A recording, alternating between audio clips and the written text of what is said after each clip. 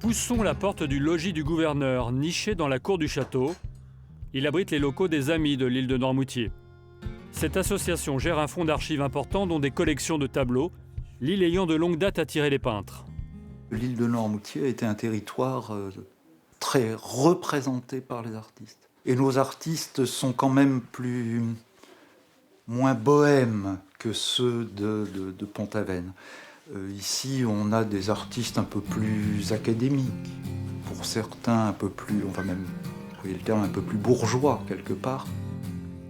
L'exposition présentée à l'Historial de la Vendée démarre en 1850. Le mouvement de l'impressionnisme va s'imposer et imprégner ce territoire insulaire, à la fois si proche et si loin du continent, avec ses paysages de mer romantiques et ses villas belle époque. À l'époque, pour venir à Noirmoutier, alors le Gois était présent depuis déjà de nombreuses années, mais il était relativement peu emprunté. Et donc tous les Parisiens, tous ces peintres, ou même les locaux qui sont venus peindre l'île, ils partaient de Pornic et prenaient un vapeur pour arriver sur l'estacade du Bois de la Chaise après 2 heures de navigation. Et donc ça, on n'imagine plus du tout ça aujourd'hui.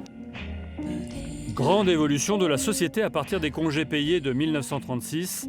Le bord de mer devient accessible à tous et les artistes élargissent leur regard.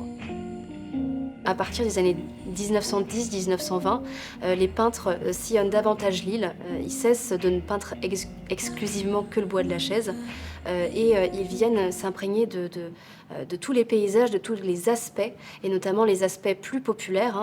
On voit vraiment des scènes de pêcheurs à l'herbaudière, des scènes de ramassage de pommes de terre, les moulins de la Guérinière. On a vraiment des Noirmoutrins qui ne sont plus là comme un prétexte, mais comme un sujet à part entière.